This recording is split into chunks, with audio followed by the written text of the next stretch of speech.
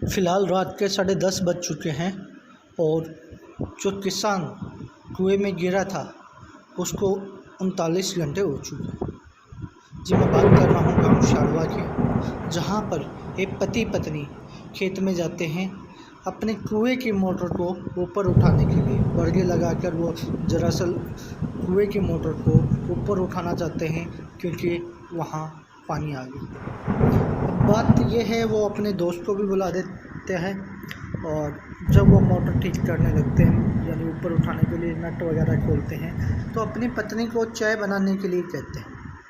जब पत्नी चाय बनाती है, आने के लिए आवाज़ देती है, तो जैसे ही वो लोग सीढ़ी चढ़ने लगते हैं तो वापस कुएं में फिसल जाते हैं और ऊपर से मिट्टी गिर जाती है। जब गांव वालों को पता चलता है तो गांव वाले तुरंत अपने ट्रैक्टर ट्रालियाँ लेकर बोरी लेकर आते हैं और मिट्टी को हटाने का प्रयास करते हैं, मगर कुछ और ही होना था क्योंकि मिट्टी इतनी ज़्यादा थी, इतनी गहराई में थी कि वहाँ तक मिट्टी निकालना मुश्किल था।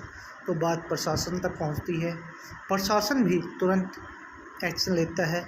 तुरंत प्रभाव से डीसी, सीएमओ और डिप्टी स्पीकर रणवीर गंगवा यानी जो उस एरिए के एमएलए वहाँ पे पहुँचते हैं और जायज़ा लेते हैं कि क्या सिचुएशन है। लगभग पूरे दिन आर्मी और एनडीआरएफ टीम का जॉइंट ऑपरेशन चलता है।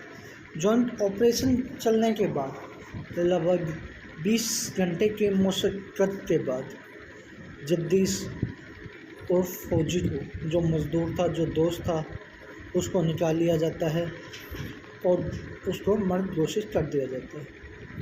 लेकिन बात अभी भी यहीं ख़त्म नहीं होती है। वहाँ पे उस कुएं की खुदाई के लिए जो दिन भर दिक्कतें हैं उनका कोई तोड़ नहीं था। जैसे ही दिन भर मौसम ख़राब रहना, रेतीला एरिया होने की वजह से बार बार मिट्टी का फिसलना और बहुत सारी परेशानियाँ, क्योंकि एरिया कुछ इस तरह का है। अब फिर बात आती है, जगदीश को निकाल लिया जाता है और जगदीश मर्द घोषित कर दिए जाते हैं। उसके बाद बात करें, तुरंत आंधी आने की वजह से ऑपरेशन को रोकना पड़ता है और ऑपरेशन रोकने की वजह से और देरी हो जाती है और आंधी आने की वजह से मिट्टी और गिर जाती है। यानी कहें तो एनडीआरएफ और आर्मी को अभी तक सिर्फ 20 से 22 घंटे बाद सिर्फ एक सफलता मिली थी कि एक जगदीश को निकाल लिया गया था, मगर अभी भी दूसरी बॉडी फंसी हुई थी, दूसरा आदमी फंसा हुआ था, जयपाल हुड्डा। अब बात करें तो मौसम ख़राब होने की वजह से वो ऑपरेशन रुक जाता है और मिट्टी दोबारा गिर जाती है। पूरे दिन दोबारा ऑपरेशन शुरू होता है, लेकिन इस बार सिचुएशन और गंभीर हो जाती है क्योंकि जब वो काम कर रहे होते हैं तो मिट्टी फिर गिर जाती है। मुश्किल से एनडीआरएफ के जवान निकलते हैं। एक एनडीआरएफ जवान फंस जाता है और उसको बड़ी मुश्किल के साथ निकाला जाता है। इसके बाद फिर से कुछ देर ऑपरेशन को रोक दिया जाता है, लेकिन आर्मी और एनडीआरएफ की टीम लगातार अपना प्रयास करती है। अब दिक्कत बार बार मिट्टी को फिसलने की आ रही थी क्योंकि जो एरिया है वो रेतीला था।